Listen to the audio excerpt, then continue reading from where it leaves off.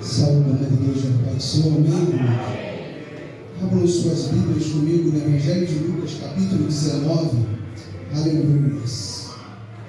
Aleluia. Para mim foi uma surpresa. As minhas irmãs resolveram fazer esse culto de ação de graças e o presbítero Joaquim já tinha me convidado para estar esta noite trazendo a palavra do Senhor. Aleluia. Aleluia. Evangelho de Zaqueu, capítulo 19. Evangelho de Lucas, desculpa, capítulo 19. É muita emoção. O óculos também é novo. A gente vê que a gente está ficando velho, né? Quando o óculos é muito focal, a gente vê que a gente está ficando velho. Vamos estar lendo a palavra do Senhor, diz assim a palavra de Deus. E tendo Jesus entrado em Jericó, ia passando, e eis que havia ali um homem chamado Zaqueu, e era este um chefe dos publicanos, e era rico, e procurava ver quem era Jesus, e não podia, por causa da multidão, pois era de pequena estatura, e correndo adiante subiu a uma figueira brava para o ver, porque havia de passar por ali. E quando Jesus chegou àquele lugar, olhando para cima, viu e disse: Zaqueu, desce depressa, porque hoje me convém pousar em tua casa. E apressando-se desceu e recebeu-o com júbilo, e vendo todos isto murmuravam, dizendo que entrara para ser hóspede de um homem pecador. E levando-se Zaqueu disse ao Senhor: Senhor, eis que eu dou aos pobres metade dos meus bens, e se alguma coisa tenho defraudado, alguém o restituo quadruplicado. E disse-lhe Jesus: hoje veio a salvação a esta casa, pois também este é filho de Abraão, porque o Filho do Homem veio buscar e salvar o que havia perdido. A igreja pode se sentar, irmãos. O último versículo vai dizer, Jesus vai dizer que o Filho do Homem veio buscar e salvar o que havia perdido. Pode parecer tudo perdido, ninguém mais acredita, pode ser que todos dizem que já era, mas eu tenho uma palavra da paz do Senhor para a sua vida. Deus ama tanto o projeto da salvação, meu irmão, que Ele deu seu Filho unigênito para que Ele nos desse direito a essa salvação. Aleluia. E se tem impossível para acontecer na tua casa, na tua família, fica tranquilo, meu irmão, porque Ele veio para o que está perdido. Ele veio para aquele que muitos acham que não tem mais jeito. Ele veio para aqueles que falam assim: esse aí já era, mas Deus está no controle. Ele está perdido. E Ele ama a salvação. O projeto da salvação é dele, dada para nossas vidas. Aleluia. E Lucas é o único evangelista que narra o encontro de Jesus com Zaqueu. Os outros evangelhos vão ter temas que são sinóticos, são temas que vai ter num livro, vai ter no outro, mas a passagem de Zaqueu só é encontrada no livro de Lucas, no evangelho de Lucas. Os textos nos traz agora, e quando a gente começa a ler o texto, eles traz agora Jesus entrando em Jericó. Jesus esteve poucas vezes em Jericó. Uma na velha Jericó, onde Ele cura 2 cegos, Mateus 20, 29 e 34. E chegando na nova Jericó, onde Ele cura Bartimeu, o cego, filho de Timeu, Marcos 10, 46 e 32. Entre a velha Jericó e a nova Jericó, irmãos, havia em torno de 2 a 3 quilômetros. E dentro de Jericó, Jesus teve um encontro com Zaqueu. Aleluias, aleluias. Na nova Jericó, ele cura Bartimeu, cego, filho de Timeu. Mas agora, ele entrando em Jericó, o texto vai dizer que, e tendo Jesus entrado em Jericó, ele agora tem um encontro com Zaqueu. Um dos textos mais conhecidos da Bíblia. Um dos textos que é só relatado por Lucas, mas é um dos textos que mais mexe com a minha vida. Mexe comigo, sabe por quê, irmãos? Quando eu penso em parar, quando eu penso em desistir, eu medito nesse texto. quando penso que está tudo indo ao contrário, eu medito nesse texto. Os irmãos vão entender mais adiante. Zaqueu era um homem muito conhecido na cidade de Jericó. Zaqueu, de seu nome, significava puro. Tinha um significado, vem do significado de Zacar, que quer dizer puro. Ou seja, em sua alma já desejava conhecer Jesus. Ele poderia nem entender, mas na sua alma já desejava encontrar Jesus. E agora Jesus está no auge do seu ministério. Estamos no capítulo 19, próximos da crucificação de Cristo. E muitos procuravam Jesus até então por vários motivos. Aleluia. Alguns para ver se encontravam alguma falha em Jesus para poder condenar.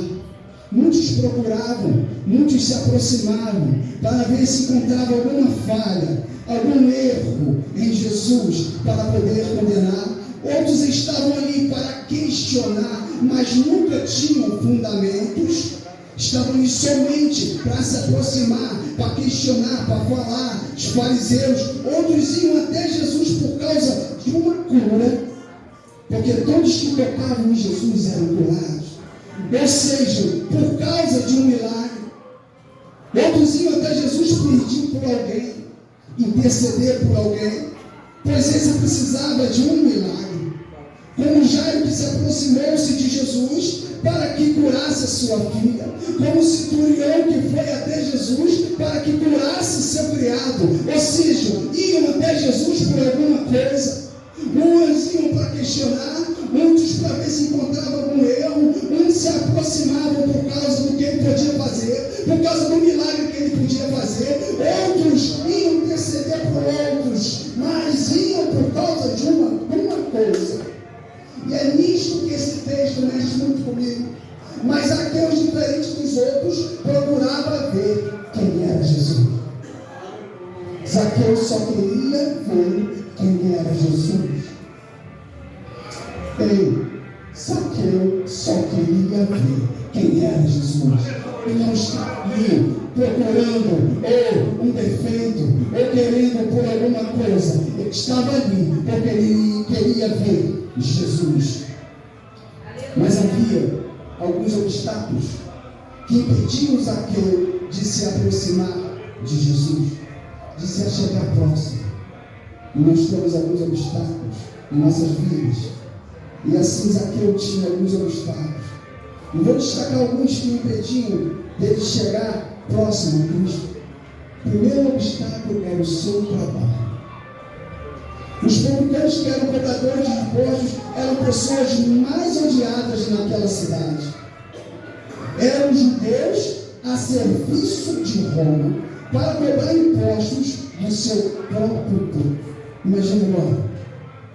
Eles eram judeus e estavam ali a mando de Roma para cobrar impostos do seu próprio povo.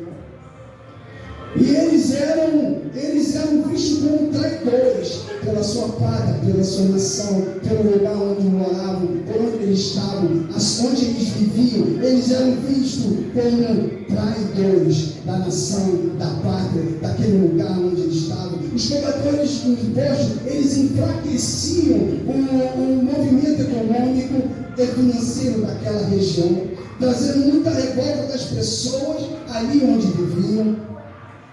Eles tinham autoridade dada por Roma para chegar em um comércio e estipular o valor que eles entendessem. Por exemplo, se eles chegassem num comércio, num local, e eles entendessem que aquilo ali poderia dar o preço de um denário ou 10 reais lá no mercado, no Supercímbolo, e eles chegassem ali e eles olhassem aquela mercadoria e eles achassem que fosse, em vez de um denário, fosse 3, teria que ser pago um imposto em cima, não de 1 ou 10 reais que estava a mercadoria, como o nosso tempo aqui, mas sim sobre os 3 denários que ali ele queria. Ou seja, eles eram cruéis, eles eram odiados, eles eram mal vistos pelaquele lugar, pelaquela nação, pelaquela localidade, pelaquela cidade. Chegando ao ponto de, se não tivesse mais condições de pagar ao cobrador de impostos, ao publicano. Ele tomava as mercadorias daquele lugar. Ele não tomava, chegava ao ponto de tomar até o comércio daquela pessoa, daquele comercial. Eles eram cruéis ao ponto de irem até mais além. Mas tinham respaldo de Roma. Ou seja, eles tinham uma guarda de Roma, do Império Romano, que os davam respaldo para o que eles iam fazer. Logo, ninguém podia agir. Ou seja, eles tinham uma guarda, porque onde eles chegavam e cobravam imposto, imagina, a Bíblia relata até que ele era de pequena estatura. Imagina esse publicano chegava para cobrir imposto, chegasse lá, alguém se fizesse um motim contra aquela pessoa, contra aquele publicano, contra aquele cobrador de imposto. Ninguém fazia isso, todos temiam. Roma, eles dominavam. Os judeus nessa época, eles odiavam Roma, porque em Roma eles dominavam toda aquela região. O Império Romano, ele dominava todo aquele lugar, toda aquela região, toda aquela localidade. E agora eles chegavam respaldados por Roma. Eram judeus que se entregavam a Roma, eram judeus que se colocavam à disposição de Roma, traindo seu próprio povo, traindo sua própria nação. Eram odiados pelo seu próprio povo. O trabalho que eles exerciam era um dos obstáculos que impediam de se aproximar de Jesus. Até os rabinos já tinham declarado que os publicanos deveriam ser tratados como mortos, para deveres e direitos religiosos. Eles já não podiam mais entrar nas sinagogas, nem serem vistos orando em público. As pessoas não podiam se comunicar com eles. Eram tratados como virtualmente mortos. Para piorar a situação, ele era chefe dos publicanos.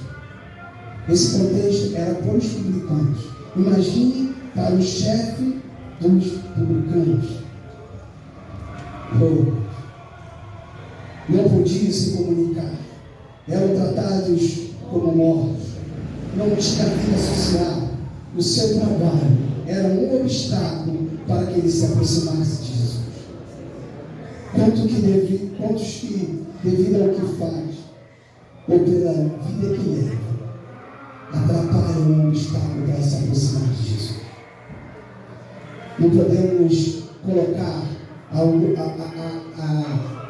obstáculos para se aproximar de Jesus. Não, mas todas as vezes nós vivemos ou estamos em locais onde nos afasta da proximidade com Jesus.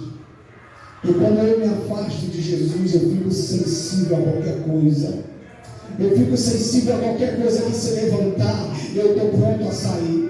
Eu fico pronto a me quebrar, ao ponto de desistir. Por isso que sempre quando eu estou nesse momento, porque eu sou carne, eu sou falho, eu sou pecador, mas é a graça de Deus e misericórdia sobre minha vida. Nós somos falhos e pecador.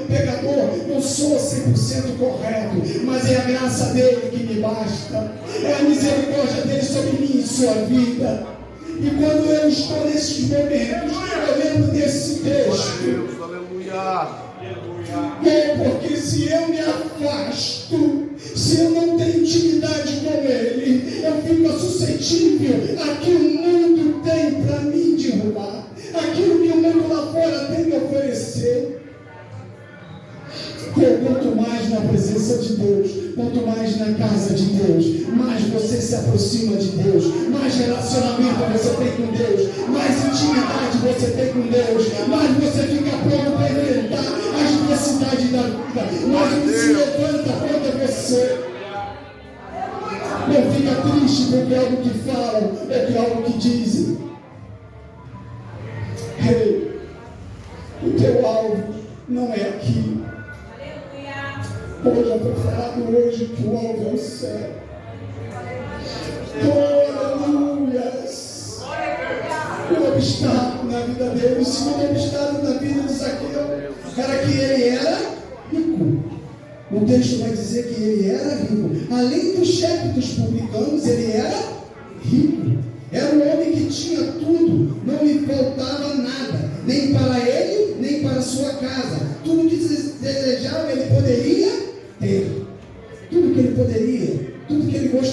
ter naquele lugar, naquele ambiente, tudo ali ele poderia ter, não lhe faltava nada. No tocante a ser rico, não tem problema algum. O que tem que acontecer é que o rico tem que reconhecer que a sua salvação não está naquilo que ele pode comprar, naquilo que ele possui, naquilo que ele pode ter. Aleluia. Mas reconhecer que tudo aquilo não adianta nada, mas ele tem que reconhecer que aquele que é o dono do ouro e da prata, e o dono de todas as coisas. Ser rico não tem problema, ter dinheiro não tem problema, mas tem que reconhecer, eu não sou nada. Eu sirvo ao dono do ouro e da prata, e todas as coisas são dele, tudo pertence a ele. E existe uma diferença entre dois ricos citados na Bíblia. Um está em Lucas 18, um pouco antes, no capítulo 18, e o Zaqueu, rico, Lucas 19. O jovem rico de Lucas 18 era um oficial da sinagoga, enquanto Zaqueu é um oficial de Roma. Aleluia. O jovem rico, ele tinha todo o aparato, porque ele era um oficial da sinagoga. Já Zaqueu, como oficial de Roma, ele era odiado. O jovem rico era rico, carregado de boa moral, enquanto Zaqueu era um rico, tratado como um pecador, irrecuperável, perdido, como diz o texto no versículo 10. Aleluia. O jovem rico era popular, enquanto Zaqueu era odiado, rejeitado por todos. O jovem rico tem um caminho aberto para chegar até Jesus. Zaqueu tem a multidão atrapalhando a sua chegada, a sua aproximação até Jesus. E a principal diferença entre o jovem rico e Zaqueu é que Jesus fala para os jovens ricos, está lá no texto: vende tudo, vende tudo que tu tens, e dá aos pobres, e terás um tesouro no céu, e vem e segue. Mas o jovem rico, ouvindo ele tudo isso, ficou muito triste, porque era muito rico, estava preso ao que ele possuía, estava preso às suas riquezas. Hoje Zaqueu nem espera Jesus dizer, versículos 8 e 9. Então Zaqueu, levantando-se, disse ao Senhor: Senhor, eis que eu dou aos pobres metade dos meus bens, e se em alguma coisa tenho defraudado alguém, eu restituo o quadruplicado. E disse Jesus: hoje veio a salvação a esta casa, porque também este é filho de Abraão. Aleluia. Zaqueu queria ver Cristo, com Cristo, ele queria se aproximar de Cristo. Ser rico era o segundo obstáculo que ele tinha para se aproximar de Cristo. O terceiro obstáculo na vida de Zaqueu para se aproximar de Cristo era o seu tamanho. Era de pequena estatura, a multidão o impedia de se aproximar de Cristo. Então ele subiu a uma figueira brava para ouvir. A figueira brava, assim denominada, irmãos, é porque ela tinha um figo, ela dava um figo inferior à figueira normal. Ela é chamada de figueira brava porque ela tinha um figo inferior à figueira normal. Ela tinha uma copa imensa, né? Ela poderia chegar de altura de 3 até 10 metros, e o seu tronco podia ir de 3 a 6 metros de grossura de tronco, e os seus galhos, por ela ter uma copa bem longa, os seus galhos eram longos, que às vezes em determinadas árvores ela quase tocava ao chão. E detalhe que a árvore poderia ser um obstáculo na vida de Zaqueu, mas a árvore foi um canal. Ele viu na árvore uma possibilidade dele se aproximar de Deus. Ele não viu a árvore como um obstáculo, mas ele viu na árvore uma possibilidade, uma chance dele ver Jesus, dele se aproximar de Jesus. Ele era de pequena estatura, a multidão Mas ele encontrou naquela árvore uma possibilidade de estar com Jesus, de ver Jesus, de ver quem era Jesus. Ele só queria ver quem era Jesus. Ele não viu ali um obstáculo, e às vezes colocamos um montão de coisas, um montão de obstáculos. Enquanto era para vermos somente a Cristo. Colocamos às vezes tantos obstáculos. Onde que o alvo aqui, meu irmão Elinho? O irmão Elinho erra. O irmão Elinho é pecador. Os pastores aqui erram. Os jovens de liderança erram. Mas fica ligado com ele, porque ele não erra, nem comigo, nem contigo. Ele não erra comigo, nem contigo. Ele não viu naquela árvore um obstáculo, mas ele viu uma possibilidade para ver quem era Jesus.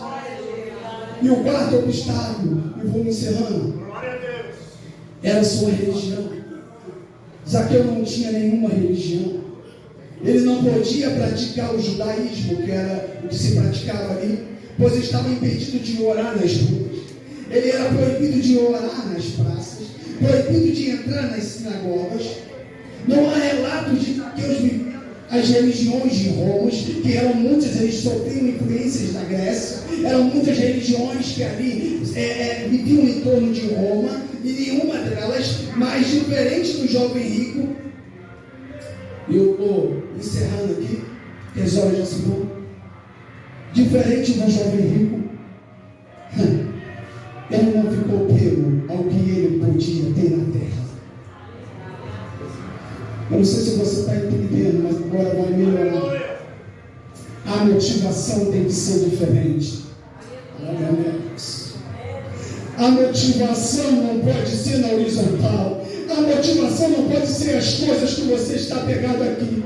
A motivação não pode ser por alguém ter falado alguma coisa ou deixou de falar. A motivação é e sempre será o céu. A motivação ainda continua sendo o céu. A motivação ainda continua sendo Cristo. A motivação ainda continua sendo Ele, que cura, liberta, salva. Ele te leva para o céu e dá para a vida eterna. A motivação é o céu. A motivação é Cristo. A motivação não é o pastor. A motivação não é o presbítero. A motivação não é o líder. A motivação não é porque eu toco. A motivação ainda continua sendo Cristo. E sempre vai ser Cristo. Se a motivação não está sendo Cristo, está errado. Com propriedade eu posso dizer, se a motivação está sendo as coisas que a terra pode oferecer, está errado. Por isso que eu amo esse texto, porque quando eu penso em parar, quando eu penso em desistir, quando eu penso em entregar, olha, minha motivação não é eles, não é ninguém, não é o pastor, minha motivação continua sendo Cristo. Se Deus colocou no lugar, pensa bem de tomar qualquer decisão, porque a motivação continua sendo Cristo. Ele que morreu por mim, por você, não foi eu, não foi pastor, não foi Alexandre, não foi presbítero Roxo, não foi pastor Hélio, não foi pastor Manel, que labutou 90 e poucos anos na obra do Senhor, que já não está conosco, não foi pastor Luiz Cesário. A motivação sempre foi Cristo. Não podemos vir para a igreja por algo, não podemos vir para a igreja. Ele pode curar, pode. Ele pode fazer um milagre, pode. Ele pode te dar a casa própria, pode. Ele pode abençoar teu casamento, pode. Ele pode multiplicar tua empresa, pode. Ele pode abrir um emprego para você que ninguém acredita, ninguém acha que vai acontecer. Ele pode, mas essa não é a motivação para estar aqui. A motivação de você estar aqui, de ter entrado nessa porta, de você ter saído da sua casa, a motivação porque você colocou essa roupa bonita, tomou seu banho e veio para a casa do Senhor, fez a sua barba,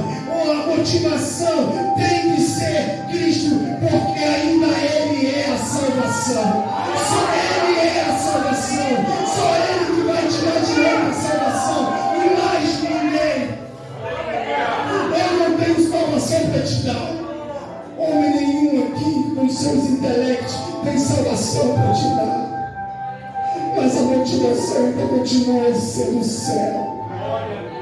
A motivação ainda tem que ser o céu. A motivação não pode ser porque a igreja é bonita. A motivação não pode ser por nenhuma das outras coisas. Zaqueu, ele não esperou nada. Ele não queria somente ver, ele não ficou preso a nada. Ele não queria ver, o cenário era todo ao contrário a ele, mas ele queria somente ver. Quando ele tomou essa decisão, Jesus olha e fala: hoje tem salvação na tua casa. Às vezes é um curso de missões que eu vou entregar e às vezes a missão mais difícil é nós fazermos às vezes quem está do nosso lado. Às vezes pregamos para alguém desconhecido, Tiago. Às vezes pregamos para alguém que está longe, pastor. Mas às vezes tão próximo. E às vezes a gente não consegue nem encontrar palavras. Missão na sua casa. Vai vir salvação para a tua casa, meu irmão. Sabe por que a tua motivação é Cristo? Vai vir salvação na tua família, meu amado. Porque a tua motivação é Cristo. E aí sabe o que acontece? Mil cairão ao teu lado, 10 mil à tua direita, e tu não serás atingido, porque a tua motivação é Cristo. A tua dispensa não vai faltar nada, você não vai se preocupar, porque a tua motivação é Cristo. Se vai ficar desempregado, se o comércio vai fechar, não vai ficar preocupado de forma alguma. Sabe por quê? A tua motivação é Cristo. Porque é Ele que vai te dar salvação, é Ele que vai te dar eterno. E de eterno só Ele que te leva para o céu, meu irmão.